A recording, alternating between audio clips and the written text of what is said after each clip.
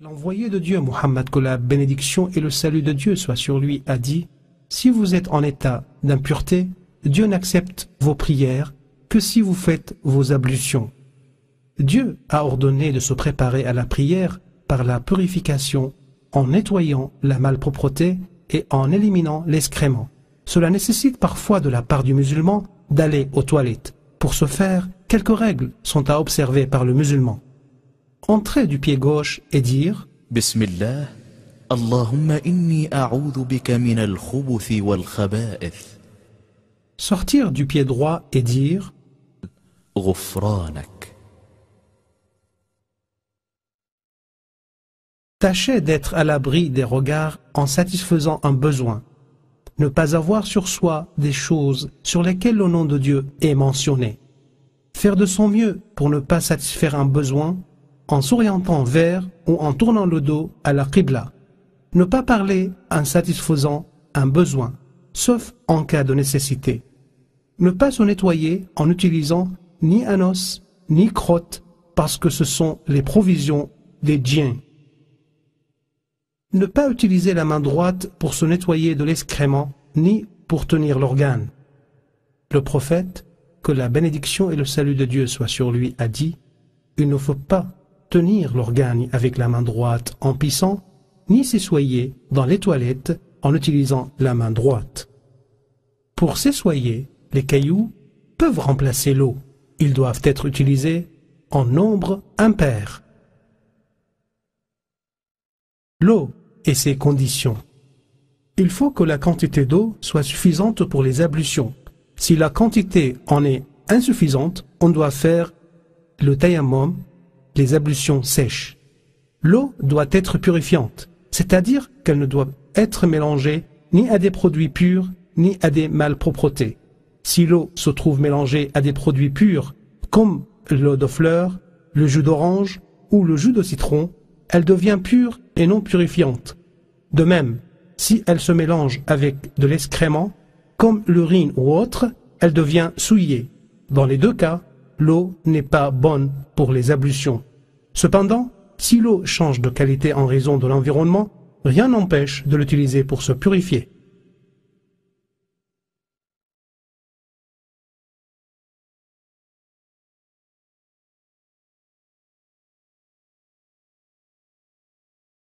Les ablutions, c'est la purification moyennant l'eau du visage, des mains, de la tête et des pieds.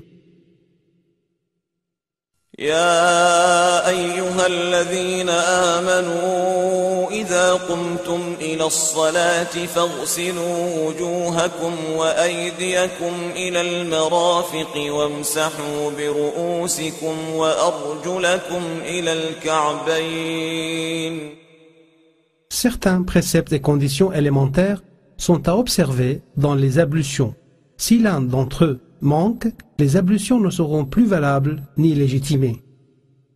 Isbar, ou rinçage des membres avec abondance. Le isbar ne signifie pas l'usage inutilement excessif de l'eau dans les ablutions. إنه لا يحب المسرفين. Tâche, mon frère musulman, de ne pas gaspiller l'eau. D'après Anas bin Malik, que Dieu soit satisfait de lui, le prophète, que la bénédiction et le salut de Dieu soient sur lui, utilisait pour se laver un sa' et pour les ablutions un mad.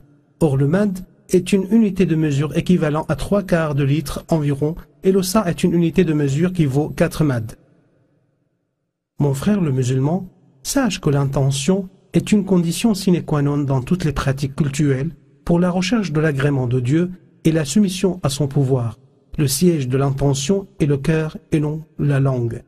Le prophète Muhammad, que la bénédiction et le salut de Dieu soient sur lui, dit: si je ne craignais que ce ne soit pénible pour ma communauté, j'aurais astreint à ses membres de se curer les dents avec un nettoyant à chaque ablution.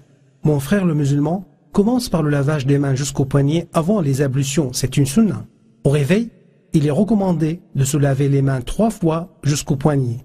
Le prophète, que la bénédiction soit sur lui, a dit: quand l'un de vous se réveille, il ne doit pas plonger les mains dans le récipient avant de les laver 3 fois, car il ne sait pas où elles se trouvaient pendant son sommeil. الحمد لله الذي أحيانا بعدما أماتنا وإليه النشور. Le prophète, que la bénédiction et le salut de Dieu soient sur lui, a dit: quand tu fais tes ablutions, rince-toi la bouche. Et il a dit: quiconque fait les ablutions doit se nettoyer le nez. Il a dit aussi: aspire l'eau par le nez, puis renifle. Il est obligatoire de se laver les mains une fois. Le faire davantage relève de la sunna. Sache que le visage s'étend de la racine des cheveux jusqu'au bout du menton. Si la personne a une barbe touffue, il suffit de la laver de surface. Pas besoin de passer l'eau à travers les poils. Mais il n'y a pas de mal à le faire. Si la barbe est cependant peu touffue, il convient de la nettoyer de l'intérieur pour que l'eau touche la peau apparente. Le lavage des mains et des bras jusqu'au coude. Le coude se situe entre l'humérus et l'avant-bras. Le prophète, que la bénédiction et le salut de Dieu soient sur lui, dit: si tu fais les ablutions, fais pénétrer l'eau entre les doigts de la main et du pied. Il est de la tradition du prophète de permettre d'essuyer le plâtre en mouillant d'eau les mains et en essuyant une seule fois tout le plâtre. Abdullah bin Zayd racontait que le prophète, que la bénédiction et le salut de Dieu soient sur lui, s'essuyait la tête avec les deux mains en un mouvement de va-et-vient, et commençait par les racines jusqu'à l'arrière de la chevelure, puis il revenait au point de départ. Tâche, mon frère le musulman, d'essuyer les oreilles en utilisant l'eau qui te reste dans les mains après l'essuyage de la tête. Le prophète, que la bénédiction et le salut de Dieu soient sur lui, a dit: les oreilles font partie de la tête. Il est permis aussi d'essuyer le turban ou le voile. Amr bin Umayya al-Dumari racontait: j'ai vu le prophète, que la bénédiction et le salut soient sur lui, passer la main sur son turban et ses chaussons. Et Omar, que Dieu soit satisfait de lui, disait: celui dont l'essuyage du turban ne le purifie pas, Dieu ne le purifie pas. Le lavage des pieds jusqu'aux chevilles. La cheville, c'est l'os saillant en bas de la jambe. Les deux chevilles doivent être lavées avec les pieds. Il ne suffit pas de se contenter d'arroser les pieds. Il faut plutôt les bien rincer.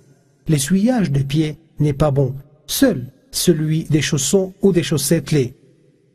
Le prophète, que la bénédiction et le salut de Dieu soient sur lui, a dit: ويل للأعقاب من النار أسبغ الوضوء. Safwan bin Ghassan, que Dieu soit satisfait de lui, a dit: le prophète, que la bénédiction et le salut de Dieu soient sur lui, nous a ordonné d'essuyer nos chaussons 3 fois en voyage, si on les a mises alors qu'on était pur, de les essuyer pour 1 jour et 1 nuit en cas de repos, et de ne les enlever que pour se purifier d'un excrément. Le cas échéant, le musulman, l'on doit enlever ses chaussons et se purifier le corps avant de les porter de nouveau, et ainsi de suite. L'essuyage de chaussons se fait une seule fois, du bas vers le haut.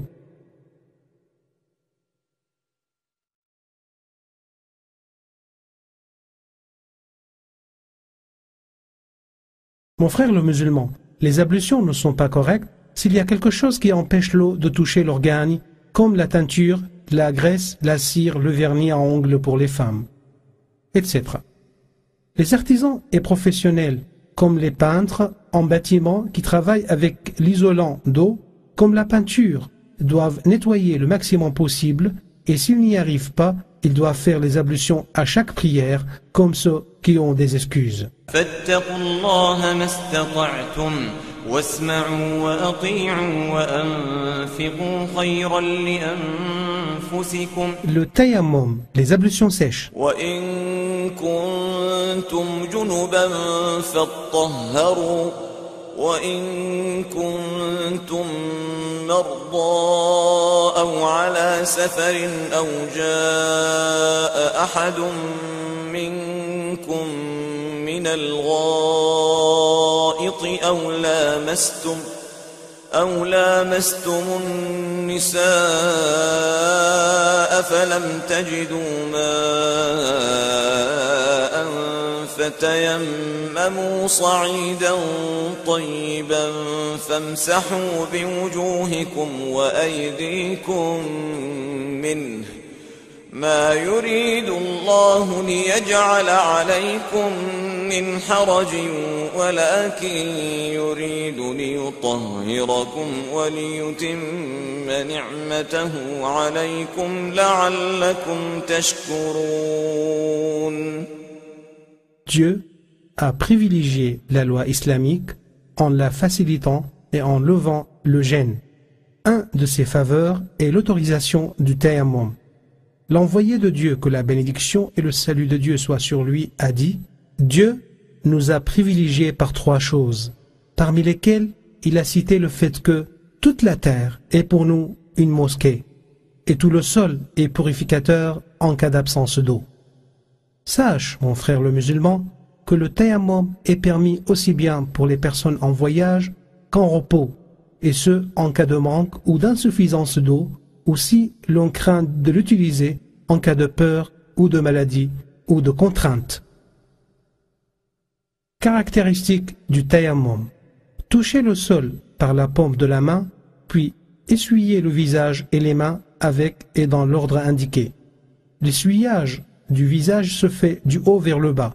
Quant à celui des mains, on essuie le dos de la main droite par la paume de la main gauche, puis le dos de la main gauche par la paume de la main droite. Quiconque de vous fait les ablutions en prodiguant, puis dit: أشهد أن لا إله إلا الله وحده لا شريك له وأشهد أن محمدا عبده ورسوله, verra les 8 portes du paradis s'ouvriront pour lui et il entre par là où il veut. C'est un signe de clémence de la part de Dieu envers les musulmans que de leur avoir utilisé l'appel à la prière pour leur rappeler que le temps de la prière est venu afin qu'ils s'y préparent et répondent à l'appel de Dieu.